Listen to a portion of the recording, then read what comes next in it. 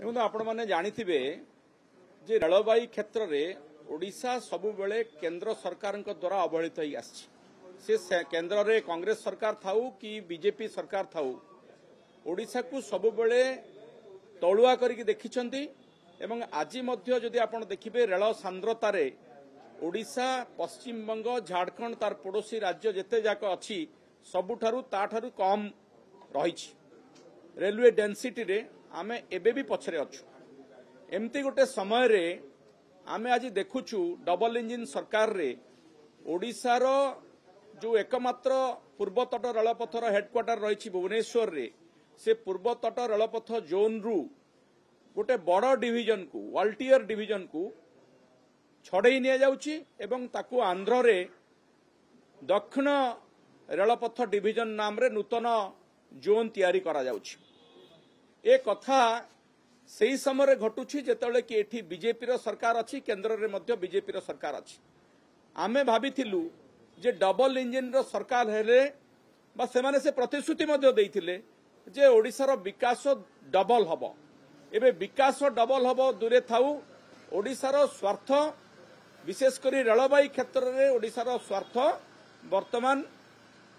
से स्वार्थ को बळी दिया जाई आंध्र को खुशी करा जाउछि कारण आंध्र रे थिबा चंद्रबाबू नायडूंकर तांको सहयोग रे केंद्र सरकार सेठी तिष्ठिचंती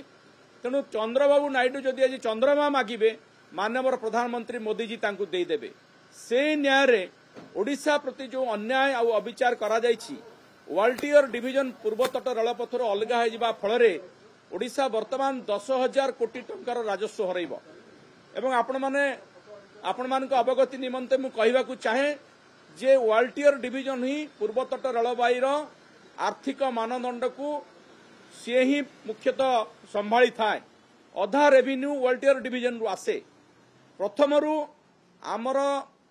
पूर्व तट रेल जोन 3टा डिविजन रे थिला गोटे वाल्टियर गोटे संबलपुर गोटे खोर्धा रोड बर्तमान वाल्टियर डिविजन चल जावा फल रे ये आहुरी संकुचित हो गला एवं ओडिशार स्वार्थ को रक्षा करबा पई एठू जो 20 जन एमपी बीजेपी रु जाइतिले से माने बोधे निघोड़ निदरे सोईछंती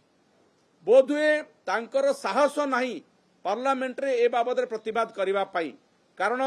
से माने जानी नाहंती कि जानी सुनी ओडिशार स्वार्थ को आंध्र को टेकी देउछंती बा ए प्रकार निष्पत्तिर प्रतिवाद करूनांती यह आमको विस्मित करुछि व्यथित करुछि आज ए प्रसंग रे 0 आवर रे शून्य काल रे मु ए प्रसंग उठेइली केंद्र सरकार को एवं राज्य सरकार को ए प्रश्न रखिली जे ओडिशार रेलवाई मंत्री मध्य ओडिसा जाइछंती से कोन ओडिशार स्वार्थ देखिबे ना आंध्रर स्वार्थ देखिबा पई जाइछंती यार पुनर्विचार करा जाऊ नहले आमे बिजु जनता दल तरफ रु ओडिशार रेलवाई स्वार्थ को रक्षा करबा पई ए आंदोलन पई रास्ता को ओल्लैबो।